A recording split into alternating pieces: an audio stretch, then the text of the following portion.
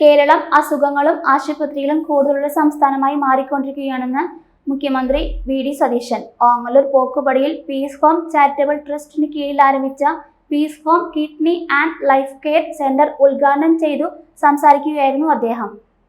കേരളത്തിന് പുറത്തുള്ള ഒരാൾ കാസർഗോഡ് മുതൽ തിരുവനന്തപുരം വരെ യാത്ര ചെയ്യുകയാണെങ്കിൽ റോഡരികിൽ ഏറ്റവും കൂടുതൽ കാണുന്നത് വിവിധ തരം ആശുപത്രികളാണെന്നും കേരളം രോഗാതുരമാണോ എന്ന് ആരെങ്കിലും സംശയിച്ചു പോയാൽ തെറ്റു പറയാനാവില്ലെന്നും അദ്ദേഹം പറഞ്ഞു.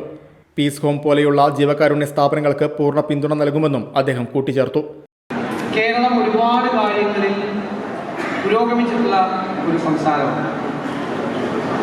കാസർഗോഡ് മുതൽ തിരുവനന്തപുരം വരെ ഒരാൾ യാത്ര ചെയ്താൽ, മലയാളി അല്ലാത്ത ഒരാൾ യാത്ര ചെയ്താൽ അത് കാണുന്നതെല്ലാം എന്താണ്? ഏറ്റവും കൂടുതൽ കാണുന്നത് ആശുപത്രികളാണ്.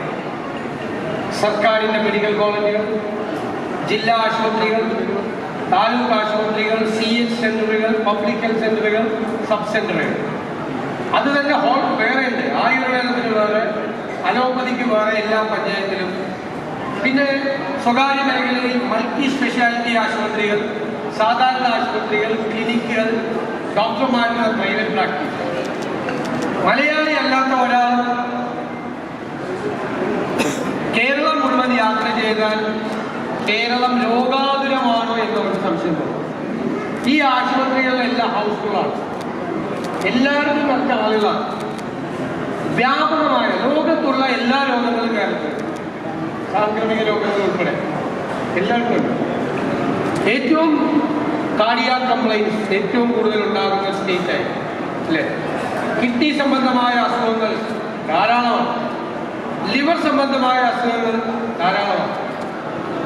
ലൈഫ് സ്റ്റൈൽ ഡിസീസ്, ജീവിതശൈലി രോഗങ്ങൾ എല്ലാം യഥാർത്ഥത്തിൽ ജീവിതശൈലി രോഗങ്ങളാണ് കിഡ്നിയുടെ പ്രശ്നത്തിലേക്കും ലിവറിന്റെ പ്രശ്നത്തിലേക്കും കാർഡിയാക് പ്രശ്നങ്ങളിലേക്കും എല്ലാം കൊണ്ടുപോകുന്നത്.